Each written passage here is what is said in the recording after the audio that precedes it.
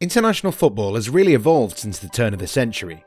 Many nations that were the proverbial whipping boys of the bygone era are now starting to stand toe-to-toe with countries that have dominated the footballing landscape of the planet for almost 100 years. This makes international football quite a treat to watch. Throw in the fact that UEFA have basically kicked the boring and meaningless international friendlies out of their system and introduced the concept of the UEFA Nations League, and you have an international circuit that is an exciting prospect. With the growing popularity of international football, local federations are working around the clock in their talent production factories. Today, we can safely say that the top 100 teams in the official FIFA rankings boast some truly talented players. The same can be said about the USA, but if we look at things a little closely, we'll see that that might not be the case. Hello everyone and welcome to another exciting video on your favourite channel Goalside, which aims to force you into looking at the game very much deeply and finding out things that you might not get to see anywhere else. We keep churning out cool stuff all the time, so if you haven't already, subscribe to our channel, like our videos, and share them with your friends if they argue with you about a particular topic. Trust us, our arguments are going to make them think. In today's video, we're going to cover a lot of the aspects that deal with the sluggish rise of football in the USA. We're of course only talking about the US men's national team here, because the women's national team are 4-time World Cup winners and 4-time Olympic gold medalists, potentially the best women's football team in the world. The impressive displays from Megan Rapinoe, Alex Morgan and others arguably did a lot to instigate the rise in women's football appreciation, something that continues to grow to this day. Now, we don't mean to demean in any way, but we came across some really interesting facts that need to be put out there. The video will see us talk about the time when the USA participated in a World Cup where one of the star players was actually a full-time male man. We'll also talk about the country's initial efforts to make people watch the game by bringing in a host of European players to their shores. We will then head towards the time when Major League Soccer was created to turn things around. Another aspect that will be discussed in greater detail will be how traditional American sports get more respect and money from broadcasters than football. And how can we not discuss how rare it is to see a player from the USA move to an elite European team? All this and much more.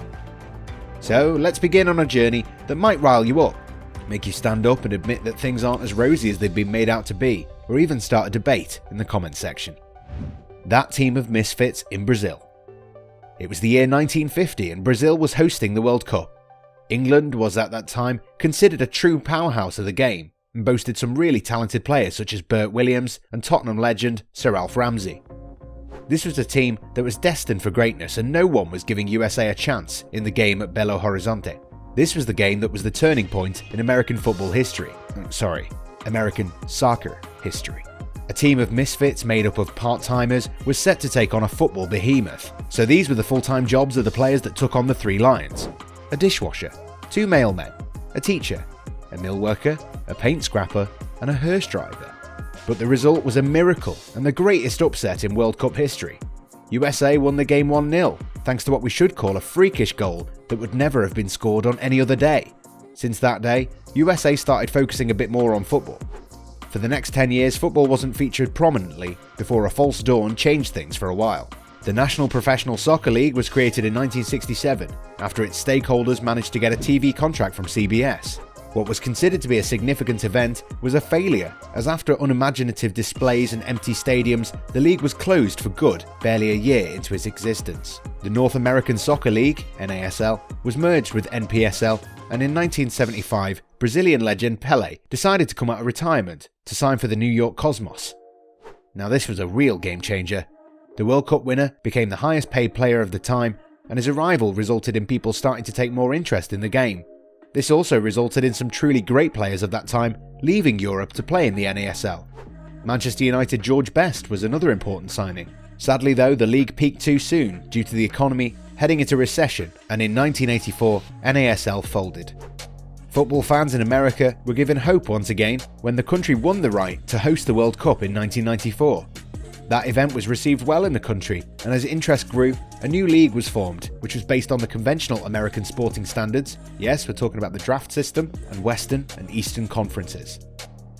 So far, the MLS has managed to sustain its operations and has even started expansion franchises every year. The league has gone some way in helping improve USA's image as an up-and-coming powerhouse of the modern game, but truth be told, we've been hearing this for the last 20 years. The MLS is now in a much better financial position than it was at the turn of the century, but it's clear that this isn't a league that is a talent factory on par with other regional forces such as Mexico. When it comes to performances, MLS franchises haven't done that well in the CONCACAF Champions League, with Real Salt Lake being the only American team to play the final, which they lost in 2011. Down in Mexico, it's a completely different situation, with 11 Champions League teams coming from Mexico. It's definitely a worrying trend since a lot of decent money has been poured into the league if we only compare the financial muscle of leagues in Mexico, Canada, Costa Rica, and even Panama. Therefore, it's safe to say that money isn't really the reason behind America's struggles, even though the TV rights deals aren't as lucrative as they are for the NBA, NFL, and NHL. This makes us wonder about a few things such as, are the powers that be in the MLS using the money intelligently? Are the coaching methodologies as good as they've been made out to be? Is the draft system really beneficial? When it comes to coaching methodologies, we admit that most of the teams coming from America are defensively very astute, but when it comes to playing flowing football, mixed with a panache for attacking the right way, these teams don't really compare with teams from Mexico, where the likes of Pachuca, Monterrey, and Cruz Azul are the real trendsetters. A lot of work needs to be done, since the current way the national team and most of the clubs are set out to play is boring. Globally, teams look to strengthen their squads through a transfer window. That might be the case in the USA as well, but it is essentially the draft system, which isn't in line with the modern player development systems around the world. Those systems have been put in place for a reason. The US draft, in a nutshell, is a straight out of college into the MLS thing, which isn't the right way to go about player development. Imagine if countries such as England, Germany, Spain, Italy or Portugal started doing that. Would they still be able to produce talented players at their current pace? No promotion, no relegation. The worst thing about soccer is that there is no promotion or relegation ruling, which puts teams in a comfort zone since they aren't going to lose out on much regardless of where they end up in the league standings. This literally ruins competition. Throw in the fact that a team has to pay a lot of money in the form of license fees to become an MLS expansion side, and this makes it hard for ambitious teams to do anything about their current situation. The league management really needs to take a long hard look at the current system and consider how many potential stars they wasted because of this. While not many players get a fair chance to become professionals, at least everyone gets a chance. That is not the case in the USA. Yes, we admit that we've said it a couple of times, how broadcasters aren't paying MLS as much as they pay other local leagues, but who can blame them? At the end of the day, MLS hasn't seen a megastar since David Beckham, which means that it isn't in a sponsor's or a broadcaster's interests to pay large sums for a player whose outreach isn't that great. But why is that? Well, MLS has a salary cap ruling, which means that no franchise is allowed to pay over a predefined limit to any player. We can only hope that in the coming years, MLS decides to change its SOPs a little, otherwise Americans can forget seeing the likes of Cristiano Ronaldo, Lionel Messi or Neymar playing in the league before they hang up their boots. Star manufacturing at a snail's pace. So while the country has produced some legends such as Claudio Reyna, Tim Howard, Brad Friedel, Landon Donovan and Brian McBride, fact of the matter is that pretty much every footballing powerhouse produces similar players in greater numbers. At present, Christian Pulisic is the only true football star coming from the USA, and it remains to be seen if the Chelsea man would ever reach the heights expected of him.